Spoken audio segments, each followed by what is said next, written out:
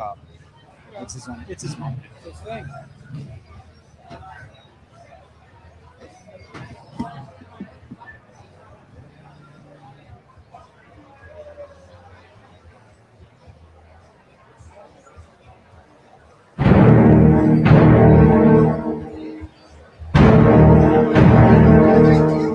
Oh no, I'm live.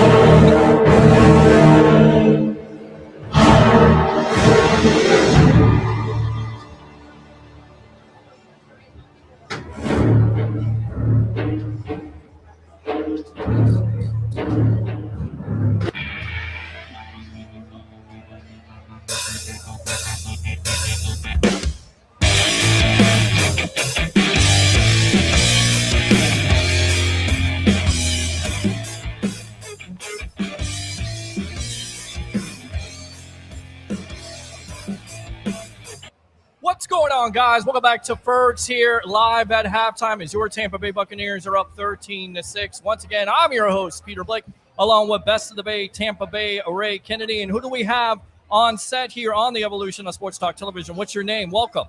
You got Brendan from Detroit, live here locally in Tampa Bay. All right. Brendan was in Detroit last year, and they came to us live from that Detroit Sports Bar the night before the big game. He was at that game, but getting his perspective on the halftime show here. Yeah, absolutely. Let's talk about it. Bucs defense doing a great job here because the Lions have had opportunities to score in the red zone. And you look at the numbers when it comes to third down efficiency, both teams struggling right now. Lions 2 for 7, Bucs 1 for 5. But the thing is, they get a big play there to Chris Godwin, 31-yard coverage bust. It looks like a design play there with a running back coming out of the backfield. People looking for Evans. He's wide open, and also Godwin open on the left sideline there. So Bucs up 13-6 with Baker Mayfield, 8 for 12, 133 yards, an interception there. Ric Flair's here. And Ric Flair has been here. Absolutely. Absolutely. Number one. The dirtiest player in the game was here today. We took pictures with him, but going back to it, speaking of the dirtiest player in the game, Baker Mayfield has been dirty with some of these throws and also escaping, although Aiden Hutchinson, 3 sacks there, and we kind of talked about that. Luke Gedeke on the right side, that would be something to watch for. Hutchinson, 3 sacks there in the first quarter, constant pressure, but Baker Mayfield getting out of the way of some of that pressure, making things happen, and once again doing a good job besides the interception before the half. Your thoughts on this game here at halftime with Bucs and Lions, Ray? Well, it just seems to me like Brendan, we're seeing the same game. They're coming up with the big plays, but is it Detroit's not making the big plays? The Bucs are taking advantage. Chris Godwin, we start to see Amon St. Brown heat up. I mean, does it feel like we're going to be able to hold them off? Does it feel like Detroit's going to try to turn his tide in the third quarter? Or does it feel like at the end of the day, this is still a game very much in doubt? Yeah, no, that's the question. I feel like the Bucs are getting all their production out of Godwin, right? You see him with all but 1 reception. What was that stat? 7 catches for 117 yards, and again, including that 31-yard touchdown there. Seven receptions of Baker's 8 completions so far. Right. All for Godwin. So yes, the Lions obviously need to come out and game plan some better coverage for on Godwin.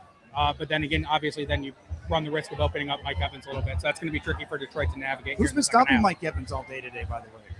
I think Davis has been on him. Carlton Davis, doing a good job. If he's been on him, we're not taking any phone calls right now. Sorry, guys, the number is on there. But knows those tendencies. Yeah, and again, Mike Evans, 1 catch for 16 yards. The other big story, again, going back to it, Aiden Hutchinson with 3 sacks.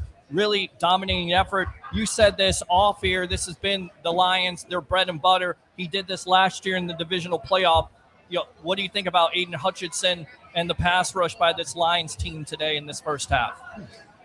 Yeah, I mean, Aiden's getting after it pretty, early here. I think they're taking advantage, lining him up on that backup tackle. Luke Gedeke out today. Luke Gedeke out of my alma mater, Central Michigan.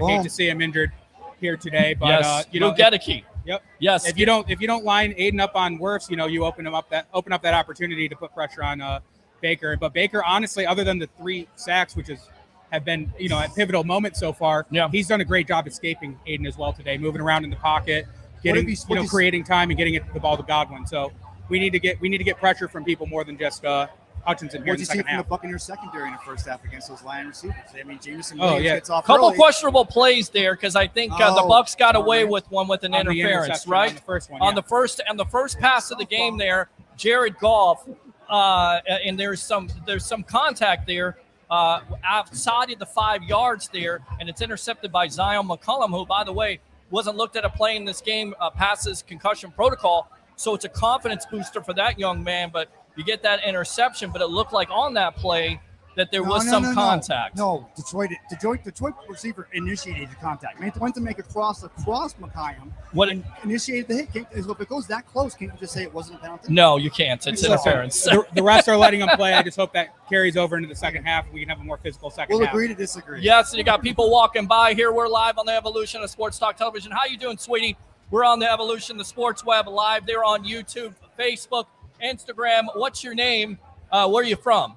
My name is Jessie with an E, and I am from Shenandoah, Iowa. Shenandoah? And I am a Chiefs fan. Chiefs fan. All right, how are the Chiefs doing today? How does that even? Well, we don't know. They haven't started. That's right. They haven't. You're exactly right. But the Bucs right now, we're live here on the Sports Web, the Evolution of Sports Talk Television, up 13-6. So what do you think about the Tampa Bay Buccaneers? You don't think about them at all. See how smoothly I try not to think about them because they beat us in the Super Bowl. See, you know your stuff. Thank you very much for coming on the Evolution of Sports Talk Television. Appreciate you.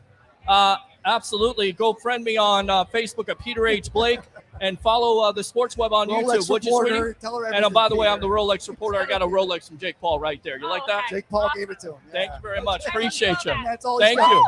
All right, so there you go right there. So we're live here at First. Would you shut up and be quiet? Thanks a lot for coming on Give here. me the Ric Flair. And this is given it to me well, I'm giving it to you right there. Woo! There it is right there at halftime. Bucs winning 13-6. He's not going to come on with us, but he did take a picture with us. Take a picture with a lot of people. Absolutely. Love it. Absolutely. With that being said here, you look at that interception. You haven't seen a lot of pressure by this Bucs team. You would like to see them get home. I think that's my big-time key. Bend but don't break. This Bucs team has done good when it comes to third down. Bucs going for Lions going for a couple fourth downs there.